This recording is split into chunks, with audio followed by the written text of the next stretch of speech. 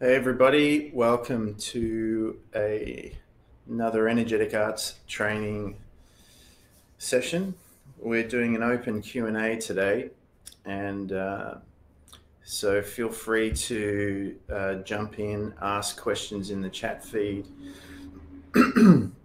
Just let me know at any time if the sound drops out or you get disconnected. Um, just let me know that that's happened and where we dropped out. And if I need to backpedal and go over anything, I can do that. Um, but today, unless we have any questions right off the bat, some new ones, I've got some questions that have been sent in that's going to kick us off. And we're just going to get straight into it. So the first question I had is, when we switch timelines, how does this affect our families?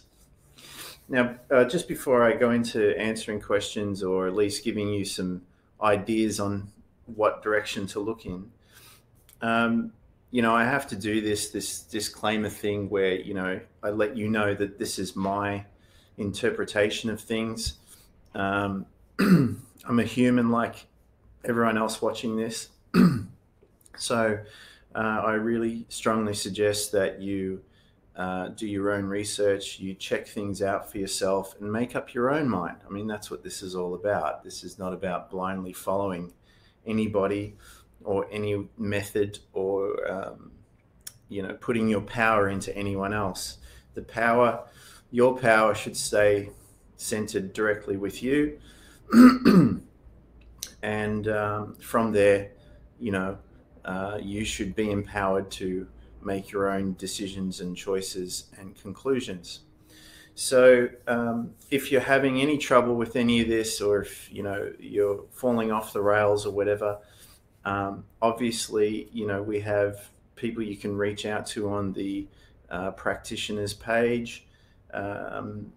If you need help, seek help straight away. Don't suffer in silence all by yourself, and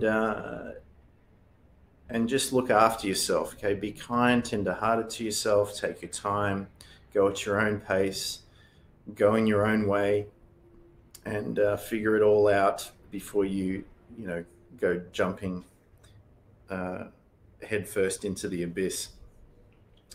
So the first question is, when we switch timelines, how does this affect our families? Okay, so the question is an interesting one because it shows where the questioning is coming from. It's coming still from a perspective of linear time.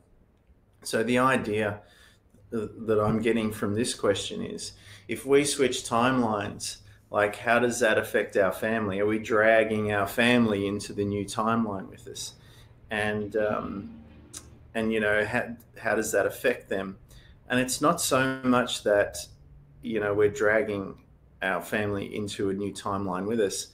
It's that we're meeting our family that is already in the new timeline. So like I was saying with in other videos, if linear time is down here, we're conditioned to believe that linear time has a beginning, a middle, and an end, and that, if we do certain things along the timeline, we will end up at a certain ending. And that's true if we're playing the game from that perspective. But when you step out of three-dimensional time and you get into that fifth-dimensional time space, it's like, how do I put it another way? It's like, we all know that these new goggles are coming out, or they're already out, virtual reality.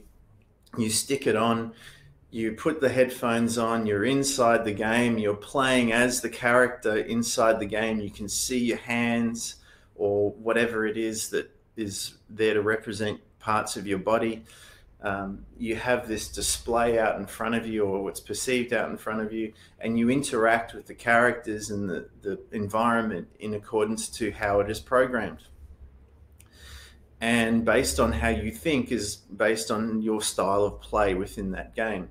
And that would be a good representation of a three-dimensional space-time reality, where everything inside there is set up with its conditions and parameters and limitations, and within that game, that's how you have to play it. But when you step out of 3D into 5D, it's like taking the helmet off, going to the console, and realizing that that's just a disc or a game that is being played out. So then, when you're out of that space time and you're in time space, in other words, you take the game off, then, you might have the whole list of every single game that's ever been invented on your shelf, and then you can just change the disc over or change the game, reset the console, and then put the helmet back on, the goggles back on, and then you have a whole new game, a whole new character, a whole new experience taking place. So the thing is that in this infinite time space, multiple dimensional reality, there is every possible potential of every reality, past, present, future, and parallel, that you can imagine, and ones that you can't imagine, or at least the potential for them. So what happens is, when you take your consciousness out of the reality that you're in and you go into that, no time, no space reality in between the space, then when you come back down into your reality, because you've changed your energy, you've changed your focus, the reality that you're in, even though it may look exactly the same, is not really the same reality. So it's like when you're in this new space, this new time space, the old one is still happening, and you can imagine that there is the old you still playing out that timeline, but your consciousness has shifted across into the new timeline, the new you, the new environment, the new family, so to speak. So what happens is it like in those time travel movies where, let's say Back to the Future, for example, where Doc and Marty go into a different timeline. And Back to the Future 2 is probably the best one to show you parallel timelines and how, crazy it can get, is that when they jump into a new timeline, they're not dragging the old timeline into the new one. They're jumping into a completely new timeline where everyone in that timeline, i.e. your family, has always experienced time as that timeline, if that makes sense. And so this is why people get really surprised when they start jumping timelines. For example, I remember speaking to someone about this probably a year ago, and she was at this point where she was like pulling her hair out with her husband. She's like, oh, he just doesn't get it, and he's not doing the things that he needs to do to, come with me, and I'm getting really worried and nervous, and the gap is getting bigger between us. And so anyway, after talking a lot through on all these different possibilities, she made up her mind to just keep going anyway. And so as soon as she decided to, go into a new future for herself, she ended up jumping into a timeline where her husband was doing all the things that she wished he would do. And to him, from his perspective, that's how it always was. There was no, he had no concept of the other self where he was resistant and didn't participate and, wasn't interested and called it all, crazy, weird stuff or whatever.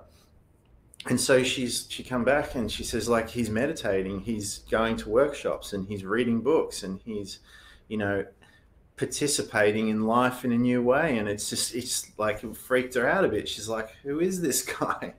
What did you do with my husband? Who are you? And so this is what I'm saying, is that you don't need to worry so much about people, your family and your friends and all that, is because when you make the transition into that new timeline and your energy is aligned with that new timeline, when you get there, everyone there is already doing, is already on the same level as what you want, right?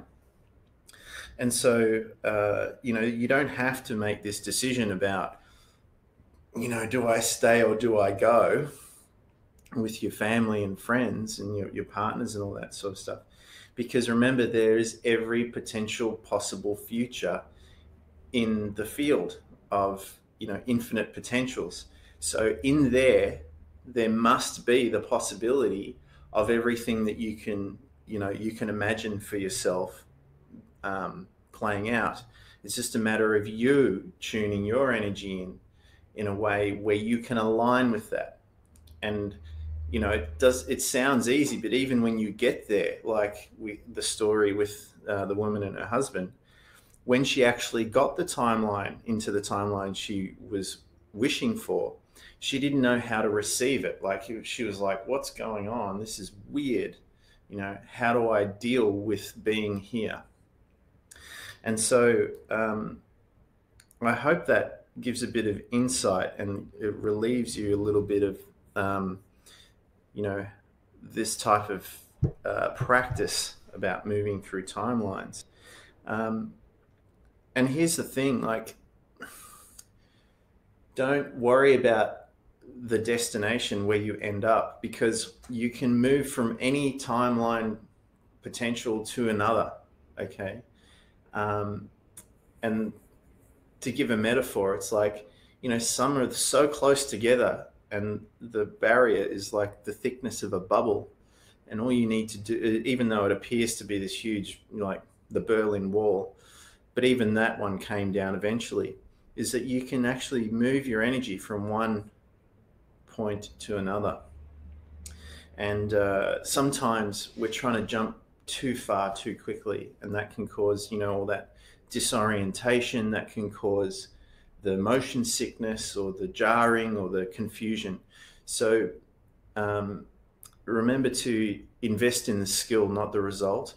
And as you start jumping little by little, at your level, at your pace, at your in your time frames, then you'll get more and more experienced at it. And at least there, you can say to yourself, well, just like traveling on a plane, if I want to go from here to there, so metaphorically speaking, then it should take me, so many hours or so many days, and I will end up there. And so when you go through these transition periods from one timeline to another, where, you're skipping and stepping from one timeline through many to your destination, as an example, then, you can put up with the transitory period. You can accept the discomfort of the transition. How are we going with that? Was that on point for you guys? Did that give you a bit of insight before we go on to the next question?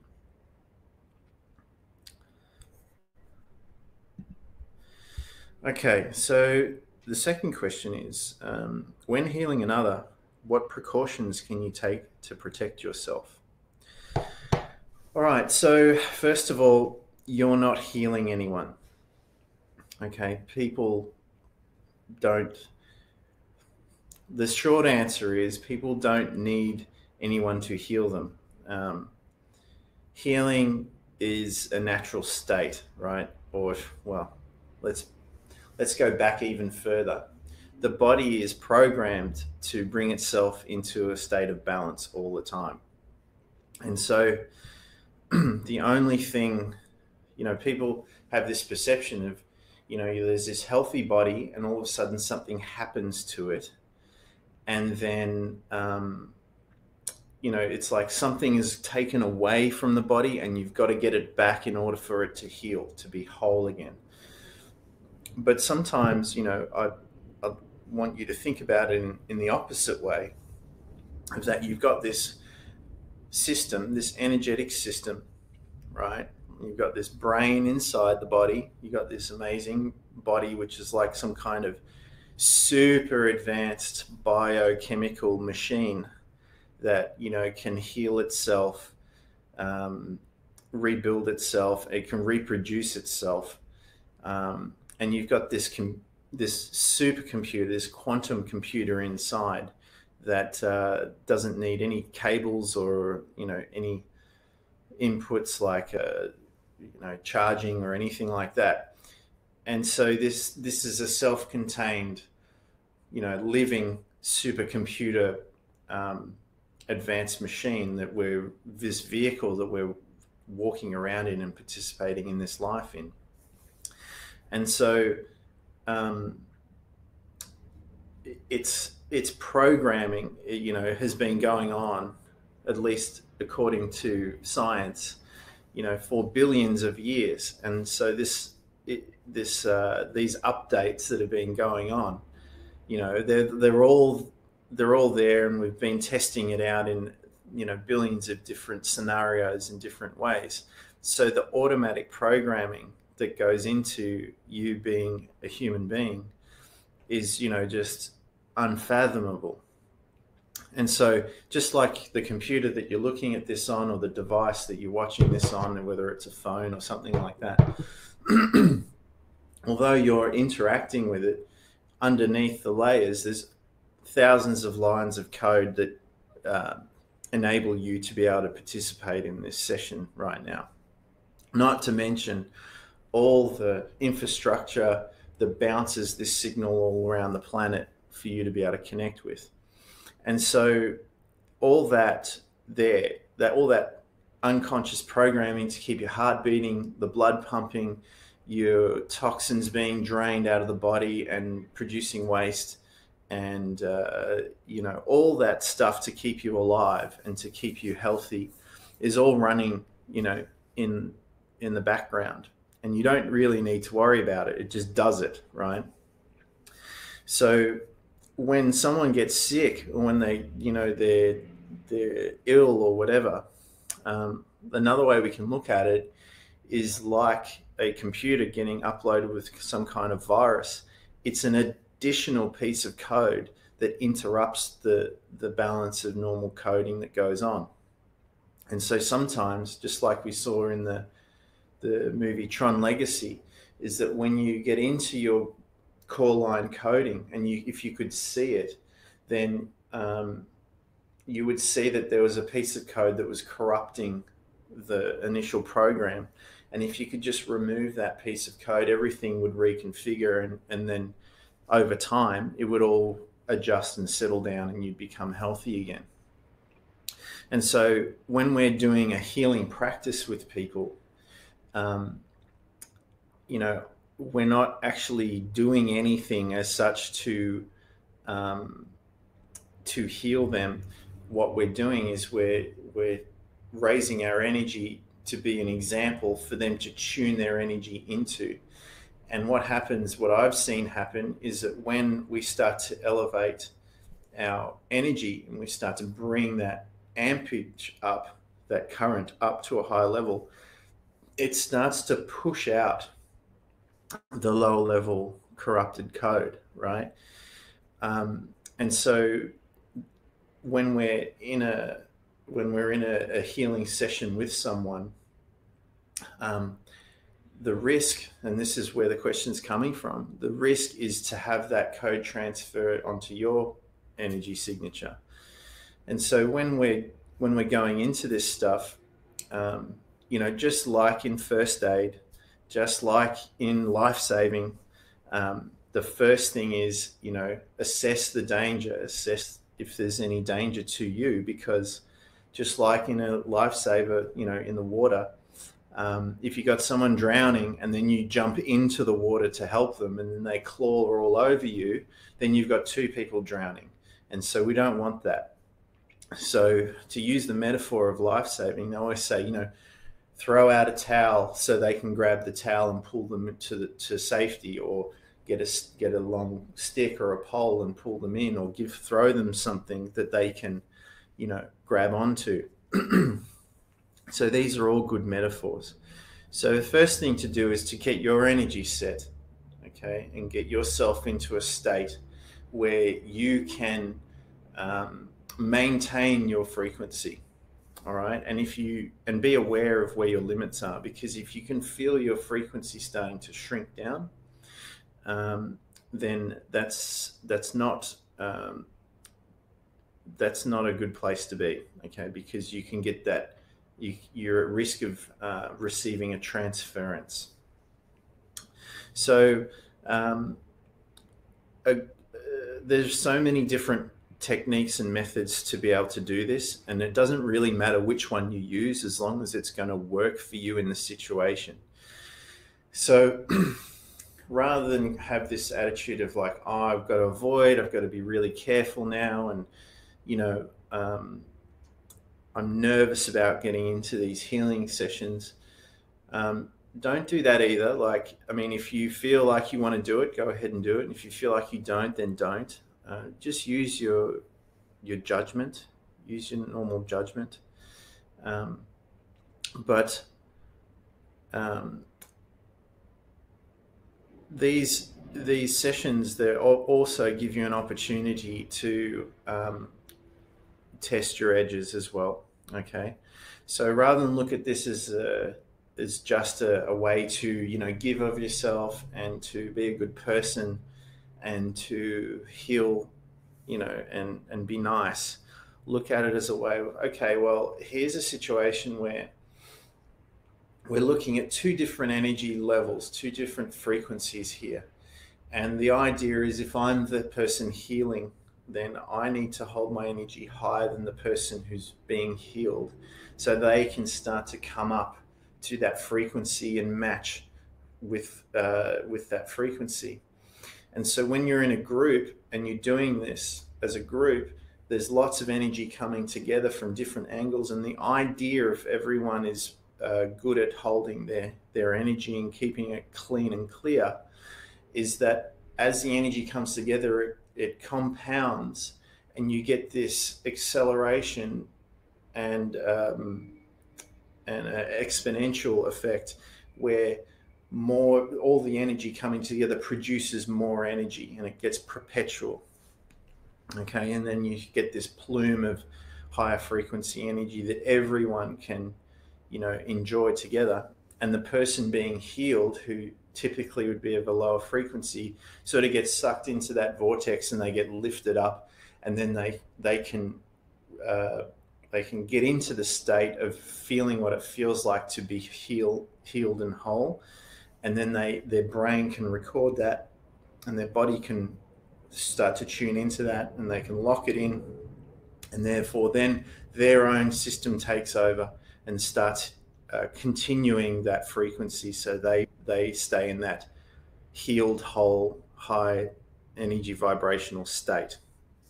Does that make sense? And so when we're doing that, all we have to really do is make sure we can stay at our frequency without dropping down. And so here's where it comes in. We all want to be good people, and we all want to help, and we all want people to have a nice life and all that sort of stuff, and that's great.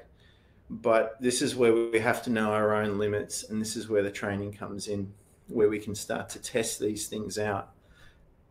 Because if you can feel that your energy is dropping too far down, then what happens is you start to come into rapport with the person who's needing the healing, who's ill, right? And then, like I said before, it's like when you get two people drowning, it's not a good thing. So when you detach from that, sometimes with the transference, you're going to have residual effect. You're going to have to process whatever it is that was connected through. And so it just like we're talking about with computers, if you have a whole network of computers linked together and one is infected, and you don't have the virus scanner, so to speak, and the intrusion detection systems there, then your system's going to get affected, and you're going to have to process that. And so what can happen is, and I've seen this happen before, is that you get into a healing circle, you start healing someone, the person who's being healed feels fantastic, because now whatever this virus or parasite or thing has left them and it's gone to somebody else, and they're like, oh great, I feel so fantastic, thank you everyone, I feel amazing. But what's actually happened is this is transferred to somebody else, and so then the person who's received it, now they have to deal with it. So then you get the healing cell comes back to heal that person, and then it moves around, on and on it goes until someone can actually neutralize whatever that corrupted code is.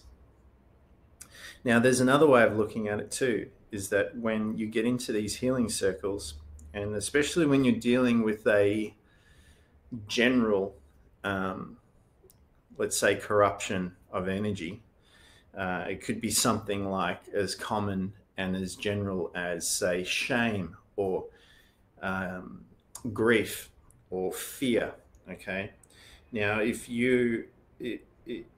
depending on how deep it is, like when the energy starts to rise up as well and peels back these layers, things start to get revealed.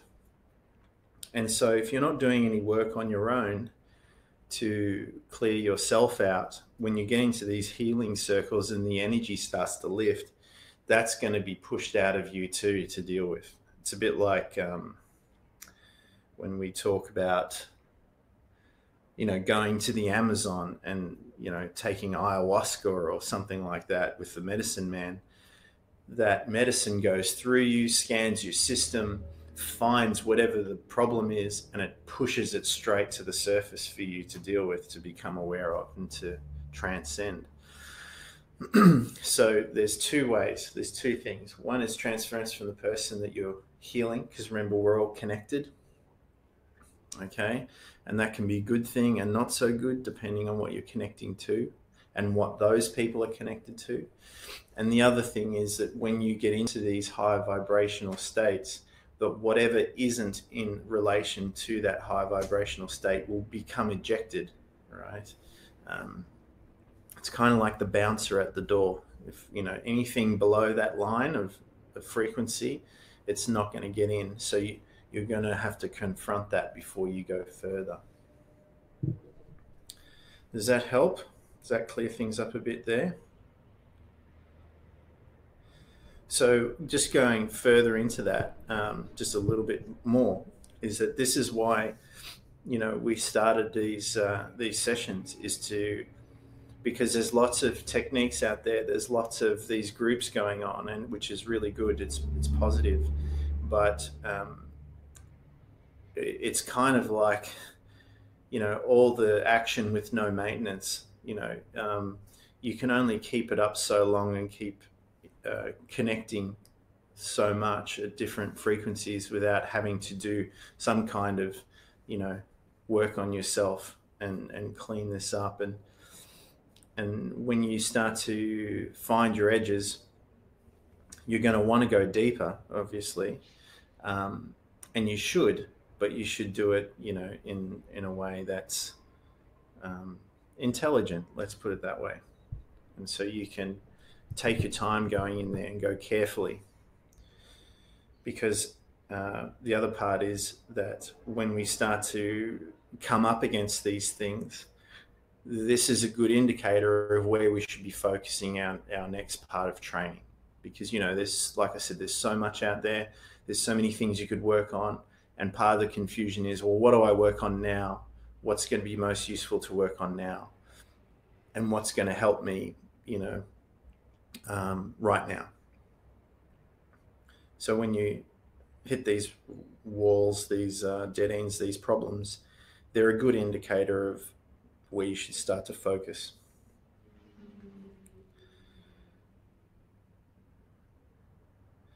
Okay, so next question, unless does anyone want to ask anything about that last bit before we move on?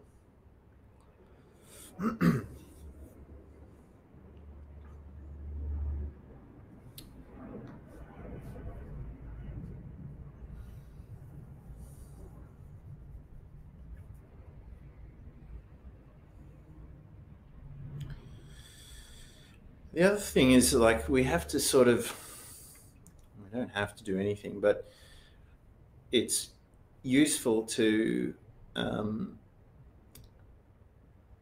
it's useful to keep one eye in and one eye out at the same time, if that makes sense.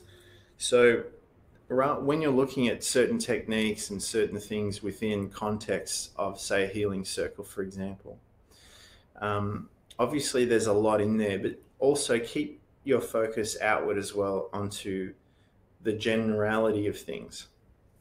And what I mean by that is, while you're getting, involved in whatever it is, there's a few key questions that I keep asking myself to keep me grounded and to keep me from going too deep down rabbit holes, or to keep me aware that there's still, a way to backtrack and come out. And one of those questions is, what am I thinking? So to become aware of what my thoughts are as things are happening. And what am I feeling? There's a lot of information that comes through to you through thoughts and emotions. And in some circles, people say that the emotional body can take on a lot more information than just the intellect mind. And they say that the intellect is actually slower than the emotional body. So especially when it comes to martial arts and sparring, Bruce Lee would say, don't think, feel. And the reason being is because if you start thinking your way through things, it's going to interrupt the flow. And so when you start to feel your way through things, it happens a lot smoother and a lot quicker, and you can analyze and make decisions based on larger amounts of information more quickly. So the third question is, when having an awakening, is it possible you can help your partner have an awakening as well? Well, I think the answer is, yeah, absolutely, it's possible. Remember, everything is possible. And so I had this conversation many years ago with a very close friend, actually. And we were talking about awareness and awakening in relationships. And the common theme is, I'm really aware, I'm doing all this spiritual practice, and, why isn't my partner? Why isn't my wife? Why isn't my husband? Whatever. And, and, I think this comes back to, everyone at their own time, at their own pace. And, how do you know that you're the one that's awakened? That's the other thing. It's another good question. You may think you're the awakened one, but maybe you're not. Maybe, your partner, who seems to be, nonchalant and not really interested about it, is actually on the more stable ground. So there's that to consider as well. Are you the one in the illusion, or is your partner in the illusion? Well, you kind of both are, and then you both aren't at the same time, depending on what you're talking about. But like we were talking about in the healing circles, is that if your energy is up and you're with that person all the time, it's only a matter of time before their energy and your energy come into harmony, as long as you're willing to go through that process. So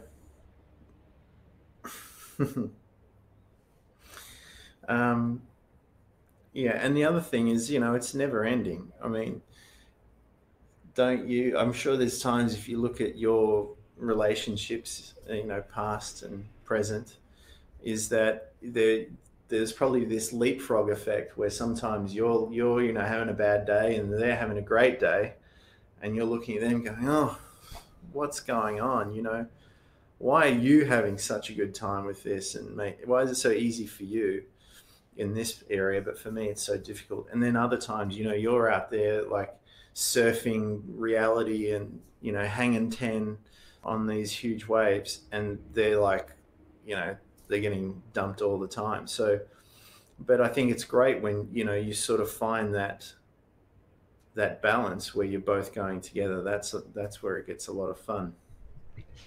And just going further with that, when you get into groups of people, mastermind groups that are doing this, it's incredible. You can learn so rapidly, and you can move past all these delusions and illusions really, really quickly.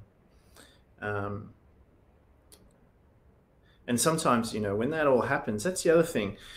Sometimes these breakthroughs, they're not always pleasant. Once heard, you can't have a breakdown without having a breakthrough. So sometimes, when you're going through these hellish periods, that's actually your process through. And I think this is where relationships are really valuable. And it doesn't really matter who's in the lead then, is because when one of you has the breakthrough, you both do. And the other thing is, like, especially when you're doing your own individual work and you're breaking your own barriers, just knowing you've got your dive buddy there to pull you out in case anything happens, and they've got your back. Sometimes that's all you need to be able to go into those dark nights of the soul, and to get through whatever it is that's coming up for you. And make no mistake, no one is immune from those dark nights of the soul. And from my experience, and I've been through a lot of them over my time, is that sometimes they are the gateway into that next level for you. So I know it feels crap when you're in it. Believe me, I know. But sometimes it's what's necessary, for you to get through. You need to experience all those things. And that comes back to what we were talking about with, protecting yourself when you're connecting with people who need healing, And I use the word protection lightly, like, don't get caught up in having to protect yourself. Sometimes we have to look at why we're protecting ourselves. What is it we're protecting? Why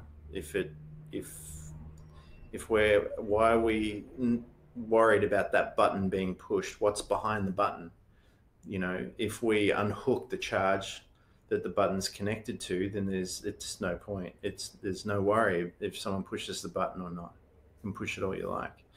So a lot of this is diffusing, what's under there. If you diffuse the bomb, then it doesn't matter if you pull the trigger, nothing will happen. Okay.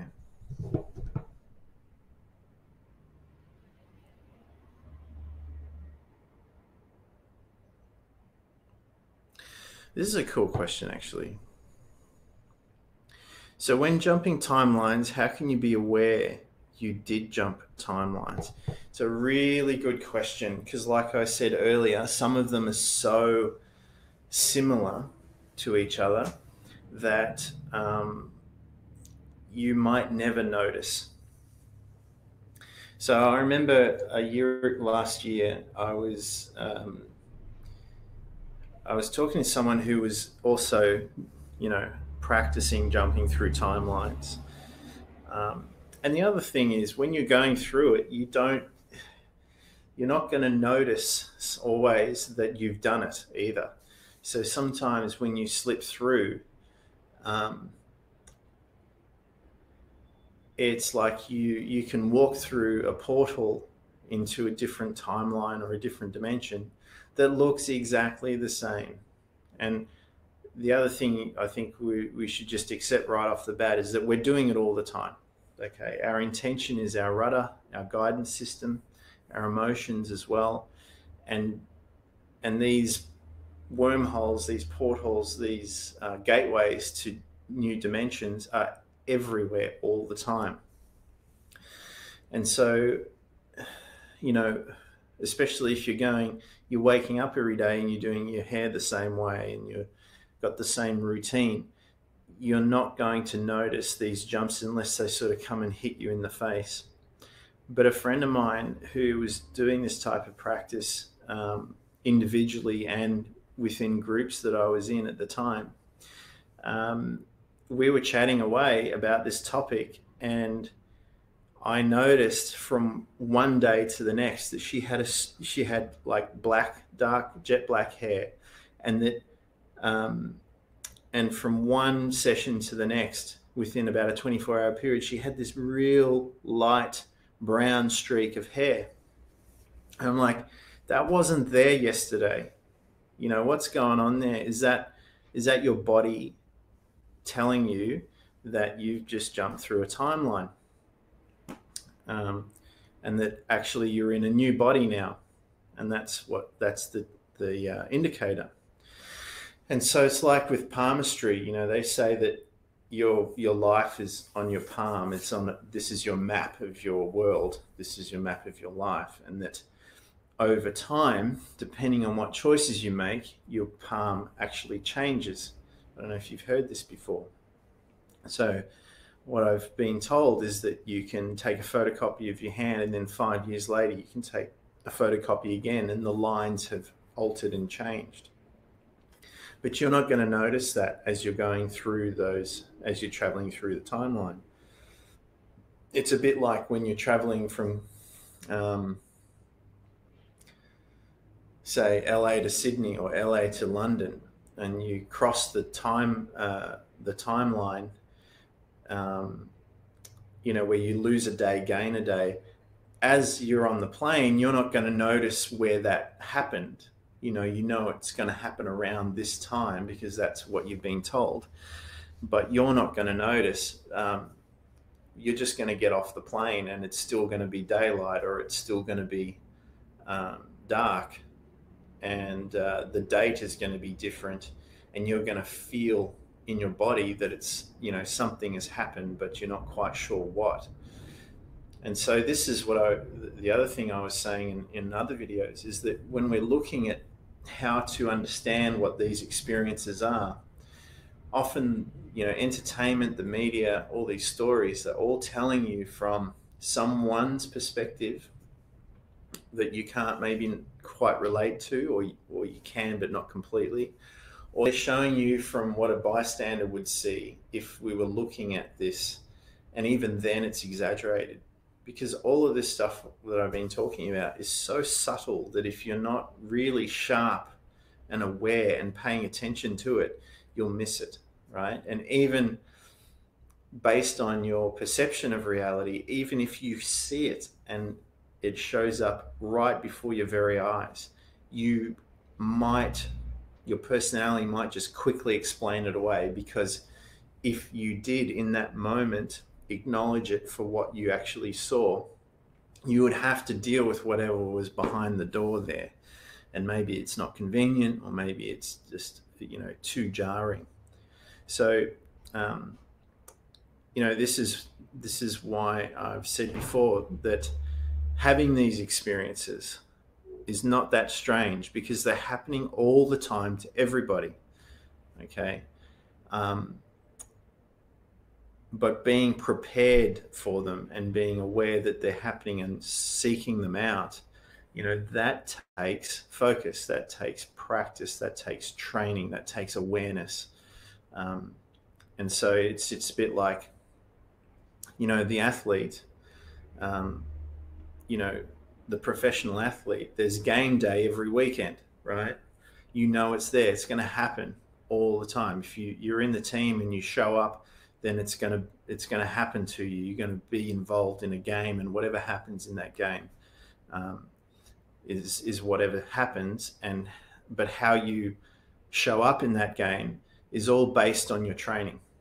Okay, it's all based on your preparedness, all based on your past experiences, all based on you observing new possibilities and collapsing those into reality and all that sort of stuff.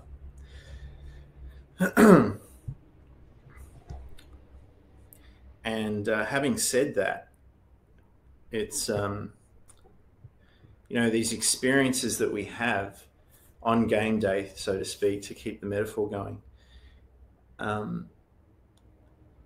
win or lose, peak performance or crappy performance, it doesn't really matter.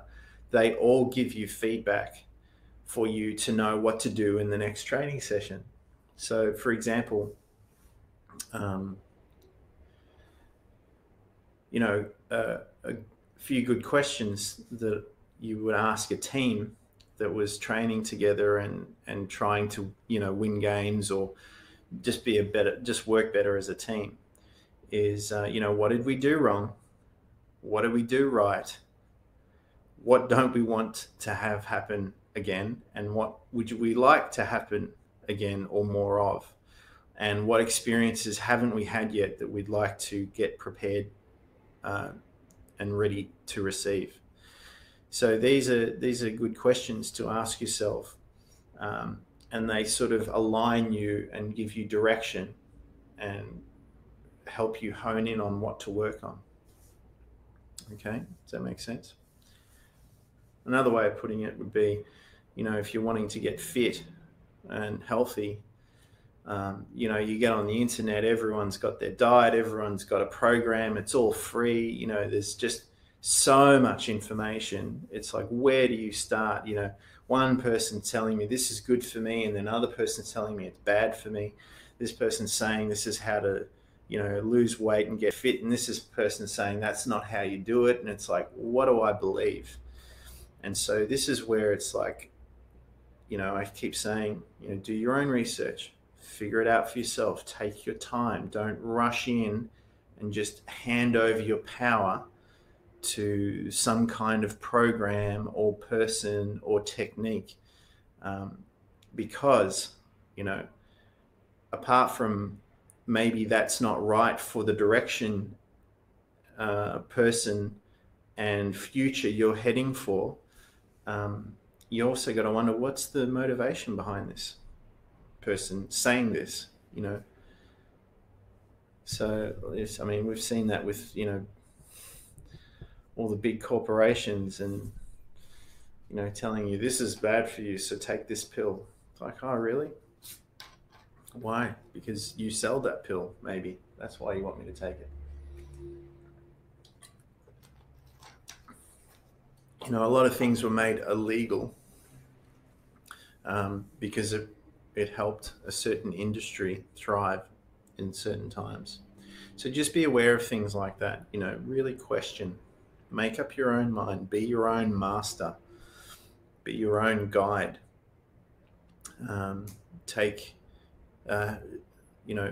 This is why I did that thing on loneliness and being alone. You need to have time alone so you can be your own counsel, so you're not always having people tell you who you are and how you should behave and what you should want and where you should go and how it should be. And, this is how it is. It's like, whoa, hang on a second. Maybe in a third dimensional timeline where it's steering you towards a particular outcome based on rules and reasons and things that I don't even know how they got there or who put them there or why. I'm going to take a different attitude. Is this is a multi-dimensional reality where everything and anything is possible as long as I can figure out how to tune into it. Then then I need to really focus. I need to really get some quiet time and go, what is this all about? Where is this actually going? Why are we going this way? Question, not to drive yourself mad, but to just test things out. Like, is that really the best way to do things? Maybe it is, maybe it isn't. Well, let's try it out. Let's see what this actually is about and experiment with it. Don't just throw yourself into it. And even when people are have really good intentions, and they're trustworthy people, they're good people, and they say you should do it this way. It's like, well, okay, I'm going to take that on board because you're a good person, you're trustworthy, I like you and all that sort of stuff. But I'm really going to think about it first, and I'm going to go, okay, is this really the right way, or is this based on someone else's conditioning that they maybe hadn't checked yet. All right, so yeah, don't be, fanatical, but, just question things, check it out, make sure you check it out, test it out before you make any concrete conclusions. Because it's one thing that we've found, especially now with science as well, is that the rules are changing, and the playing field is changing too. The whole game is changing, and so based on this new perspective of infinite timelines, which you should check out as well. Maybe it's not true. Maybe this is all just another illusion. But check it out. If it works for you, does it work for you? And then, don't just become a disciple of it. Ask questions like, why does it work? What if I change it? Will it still work? One of the guys that's been training with me for a while, he was a little, caught up in the discipline of things. And he went out with friends one night after, doing his meditations consistently like you're supposed to do. And he went out, had a great time and got drunk. And, the next day he went and did his meditation. He'd eaten bad food and he had lots of alcohol. And, he was just participating in rowdiness, being a guy with the guys. And then he had this huge, mystical experience the very next day. And he was like, I don't get it. Here I am doing all the right things, eating the right food, not having alcohol, being disciplined, and, I get nothing. And then as soon as I just, relax a little bit, go out and have a good time, then it happens. Now, I'm not saying, the other way is to, get drunk every night and eat bad food and go out and just be a hedonist either. That's not what I'm saying. But, I think if too much of anything is no good, right? You have to find your balance for you, and just realize also that you're never really going to be in perfect balance.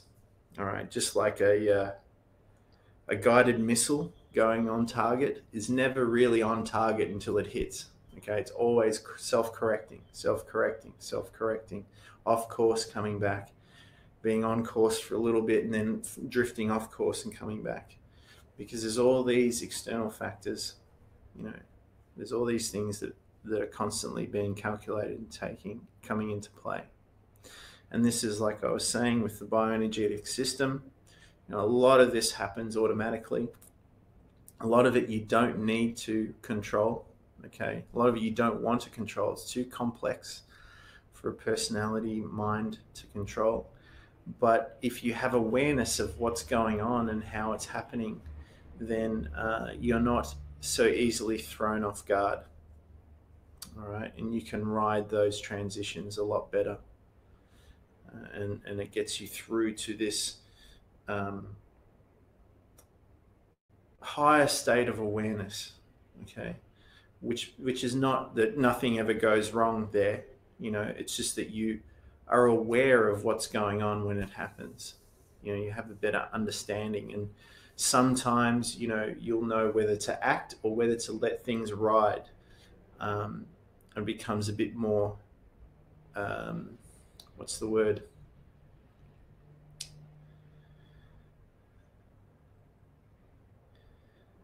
You just let things play out a bit more. Where your limits are a bit better. And then when you know where your limits are, you can start to expand them and train them into edging out into further and further into the field more. How's that, guys, so far? Good? You're learning? You're getting clarification? Letting you off the hook a bit here and there?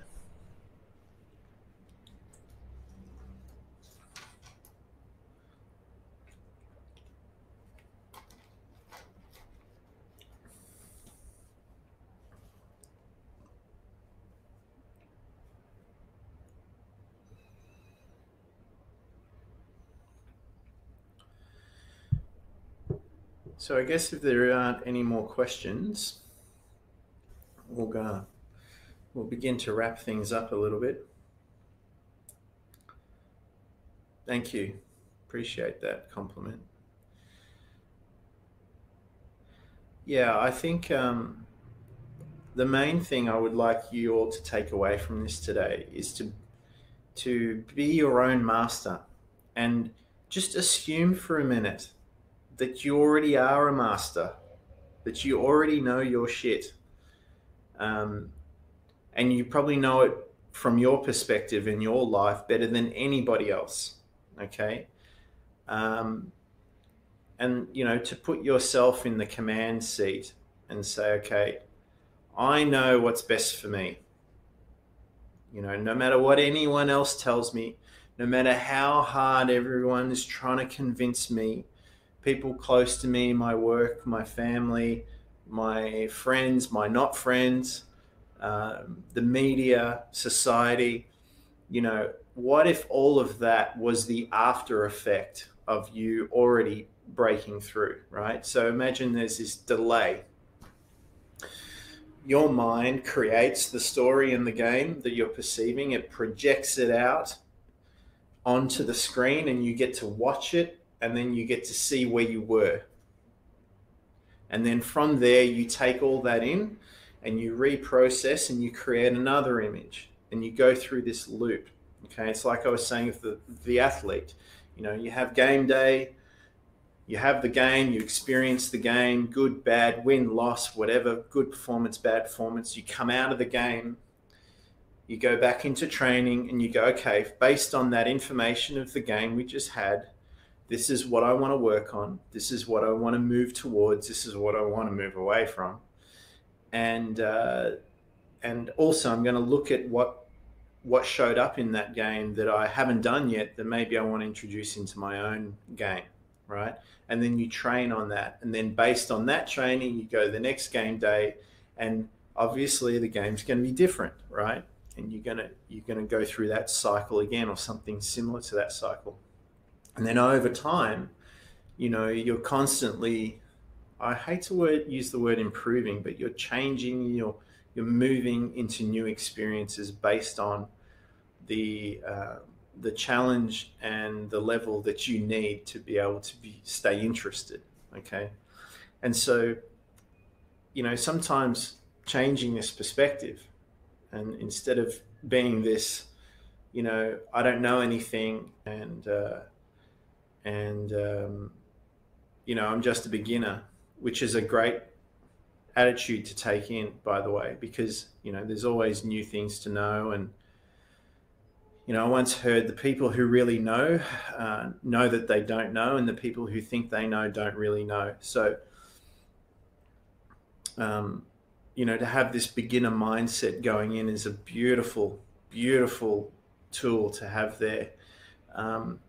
But it can also backfire on you that you're always striving and you're always reaching. And if you're always striving and reaching, then you're never actually arriving and experiencing. So imagine you're just there, you're experiencing this, and you're already at a good level, and it's only going to increase and get better or get more refined, or you're going to get more understanding based on these experiences you have. The challenges and the experiences that you have in your life are there, so they're going to give you a good reflection of where you're at and what you should maybe focus more on or less on.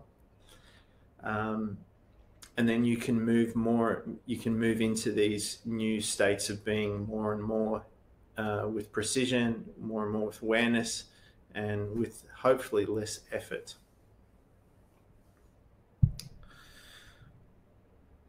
All right.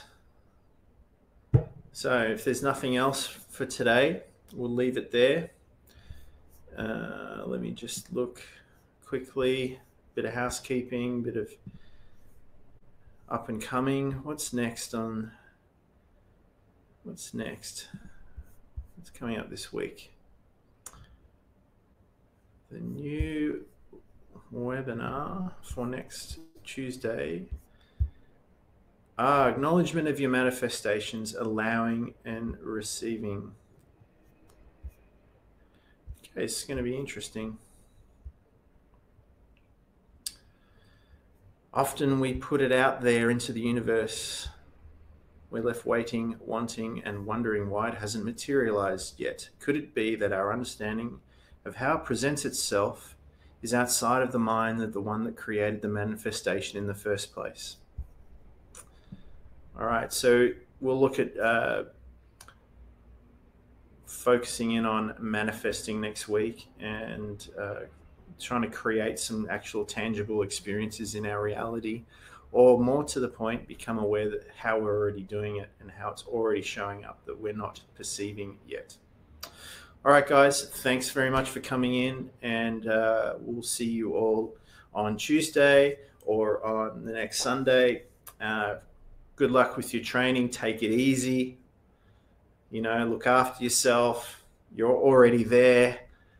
Have fun, experiment. And if you need any help at all, if you get stuck anywhere, send up a flare. Let us know what's going on, so we can help you out of there and get you back onto the beam. All right, guys, thanks very much, and I'll see you all very, very soon. Bye for now.